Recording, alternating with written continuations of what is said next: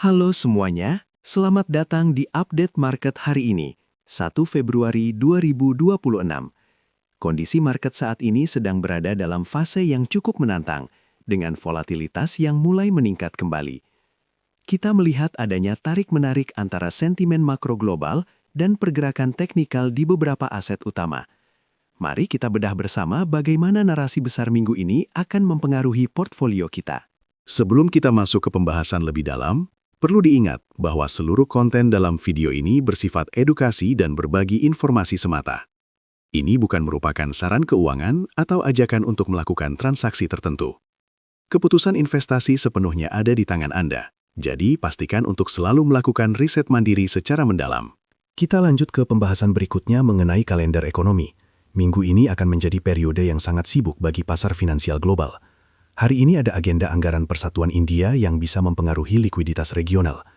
Namun perhatian utama pelaku pasar tertuju pada keputusan suku bunga dari beberapa bank sentral besar, seperti Australia, Inggris, dan kawasan Eropa di pertengahan minggu nanti. Dari Amerika Serikat, data tenaga kerja non-farm payrolls di hari Jumat besok akan menjadi penentu arah kebijakan moneter ke depan. Kondisi market lagi sensitif terhadap data-data ini, jadi pergerakan bisa sedikit liar. Berita makro pertama datang dari Amerika Serikat, di mana Federal Reserve memberikan sinyal adanya kemungkinan kenaikan suku bunga lanjutan.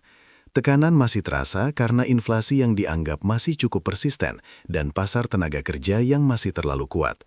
Bagi pasar kripto, sinyal ini cenderung memberikan tekanan jangka pendek karena meningkatnya biaya pinjaman dan potensi pergeseran aset dari risiko tinggi ke aset yang lebih aman. Beralih ke benua biru, inflasi di Eurozone dilaporkan mulai sedikit melandai menjadi 4,2%, turun dari sebelumnya 4,5%. Meski melambat, angka ini masih berada di atas target Bank Sentral Eropa. Situasi ini menciptakan ketidakpastian mengenai kebijakan moneter di Eropa yang terkadang membuat investor mulai melirik aset digital sebagai alternatif lindung nilai terhadap devaluasi mata uang lokal. Kabar positif muncul dari Asia, di mana pemerintah Cina mengumumkan paket stimulus baru untuk mendukung pertumbuhan ekonomi mereka. Langkah ini mencakup dukungan finansial ke sektor kunci dan penurunan rasio cadangan bank. Stimulus besar dari ekonomi kedua terbesar di dunia ini biasanya meningkatkan selera resiko secara global, yang bisa menjadi katalis positif bagi pergerakan Bitcoin dan Ethereum jika likuiditas tersebut mulai mengalir ke pasar aset berisiko. Sekarang kita lihat suasana hati market melalui Fear and Greed Index. Saat ini, skor berada di angka 18, yang berarti pasar sedang dalam kondisi ketakutan ekstrim atau extreme fear. Jika kita bandingkan dengan kemarin yang berada di angka 26, terlihat sekali ada penurunan kepercayaan diri yang drastis di kalangan investor seiring dengan harga Bitcoin yang sempat menyentuh area $78.000. Secara historis, fase ketakutan ekstrim seringkali menjadi area di mana volatilitas mencapai puncaknya. Melihat indikator P-Cycle Top, saat ini kita masih berada jauh dari sinyal lampu kuning. Garis moving average 110 hari berada di kisaran $95.345, sementara target puncaknya berada di angka $201.906.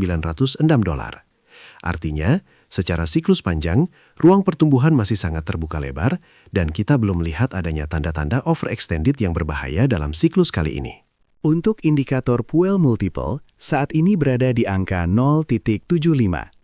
Angka ini menunjukkan bahwa pendapatan para penambang Bitcoin masih berada dalam level yang relatif wajar dan belum masuk ke zona merah atau fase distribusi besar-besaran. Biasanya, zona puncaknya baru akan tercapai jika angka ini menembus 2,2. Jadi, pergerakan saat ini lebih terasa seperti konsolidasi di tengah siklus daripada akhir dari sebuah tren naik. Dari total 30 indikator siklus yang kita pantau, belum ada satupun yang memberikan sinyal jual atau tercapainya puncak siklus. Beberapa yang menarik perhatian adalah Bitcoin AHR 999 yang berada di 0,43, menunjukkan area yang sangat menarik untuk akumulasi jangka panjang. Selain itu, MVRV Z-Score juga masih sangat rendah di angka 0,78, jauh dari level 5 yang biasanya menandai puncak pasar. Secara keseluruhan, data menunjukkan mayoritas indikator masih berada dalam zona tahan atau akumulasi. Itu dia update market kita untuk hari ini. Sekali lagi, kami tegaskan bahwa seluruh informasi yang disampaikan adalah untuk tujuan edukasi dan tidak boleh dianggap sebagai saran investasi. Tetap bijak dalam mengelola risiko dan selalu gunakan uang dingin dalam setiap transaksi. Sampai jumpa di update berikutnya.